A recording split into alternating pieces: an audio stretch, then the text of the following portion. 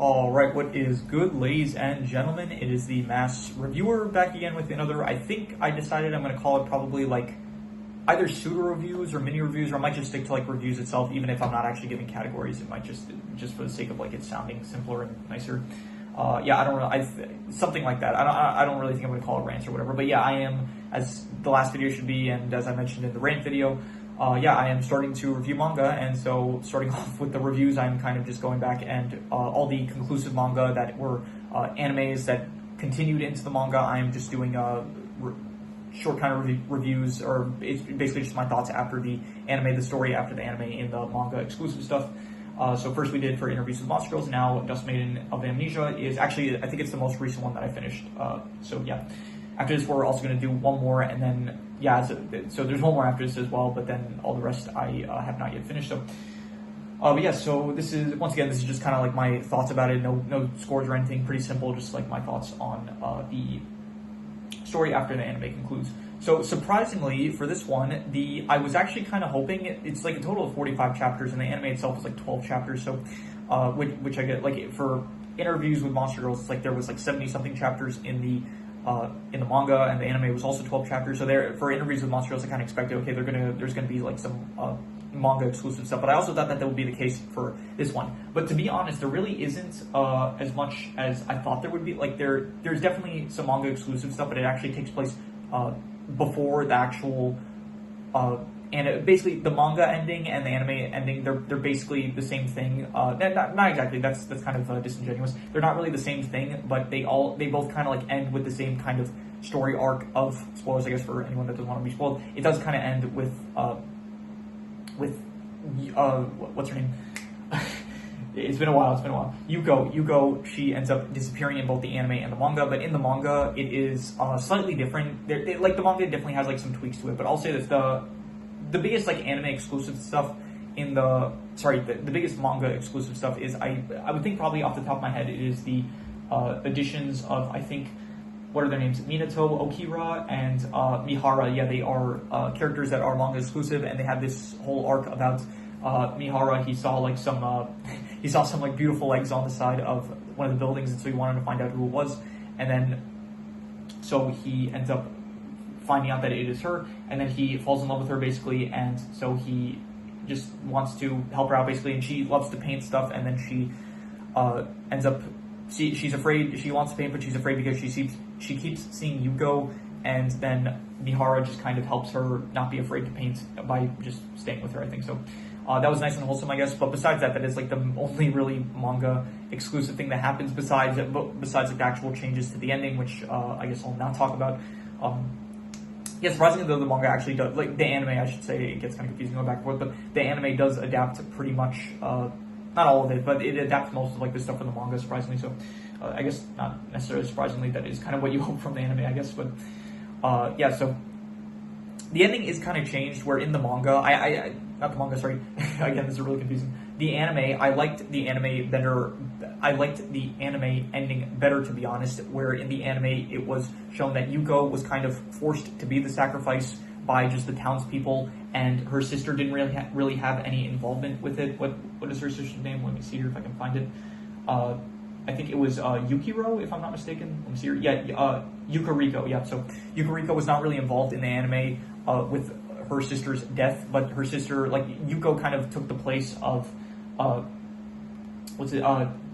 Taichi's grandmother, and so Yuko became the sacrifice instead of Taichi's grandmother, and I thought it was nice because it does end up like meaning Taichi ends up getting born, so I thought that would, like, it kind of came full circle, and it did give her like the whole thing of like Yuko, she has no regrets for what she did, because if she didn't do what she would have done, then Taichi's grandmother wouldn't have been alive, and then Taichi would have never been born, Taichi or Nia, whatever you want to call him. So I did think that it worked better in the anime, whereas in the manga I didn't really like it as much, where it was actually Yukariko who is the one that directly gets Yuko killed. Like, she was the one that kind of riled up the town. I don't think she specifically riled up the town's members, but she was the one that was like, okay, we are the ones that need to perform the sacrifice. And so I think the thing was, like, she didn't want Yuko to be sad about her death, so instead she was like, she was gonna kill Yuko, which I thought, like, okay, that doesn't track exactly, but yeah, so Yuko is the one that actually ends up sacrificing Yuko in the manga,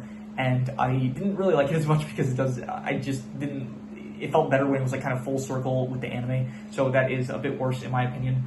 But yeah, besides that, is there anything else worth mentioning? I did like the ending. The ending is, basically, it's also different, like I guess it's kind of better to an extent, I guess, in my opinion. By the way, I did probably leave out some stuff there. I did say, like, the only manga, the whole thing between Okiura,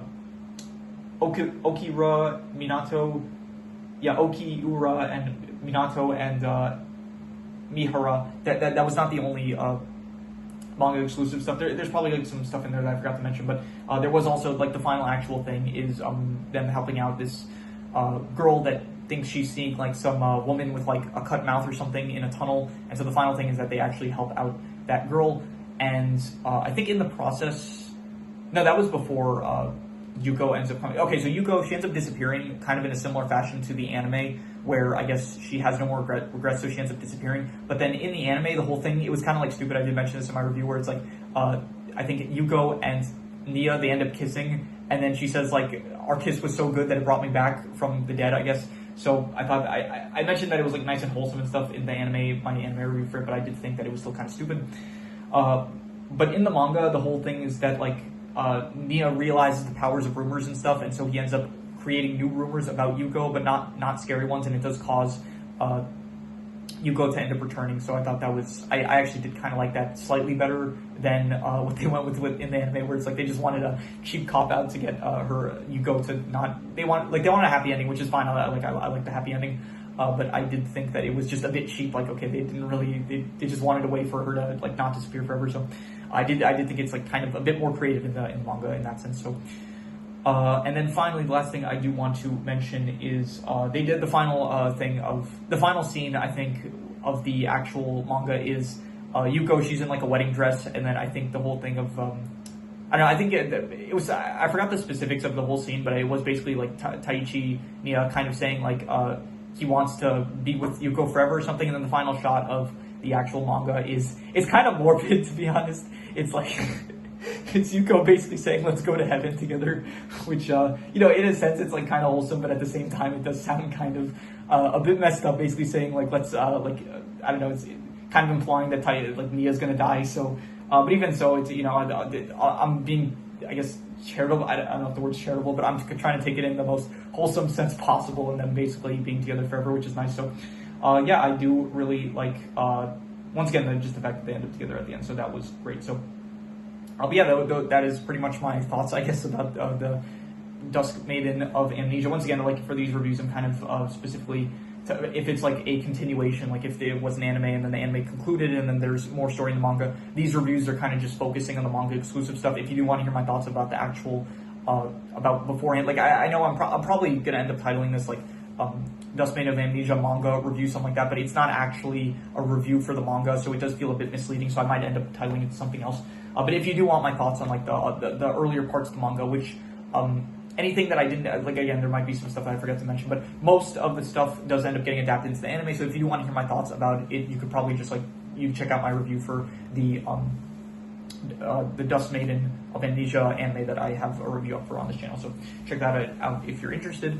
But yeah, that is pretty much all there is to it, so if you have any recommendations, any shows, movies, video game stories, anime, manga, web series, I think I'm going to say first anime, then manga, because just, fits together better, and then web series, leave it in the comments and I will maybe possibly check it out. With that said, that is pretty much all there is to it, so let's leave it at that.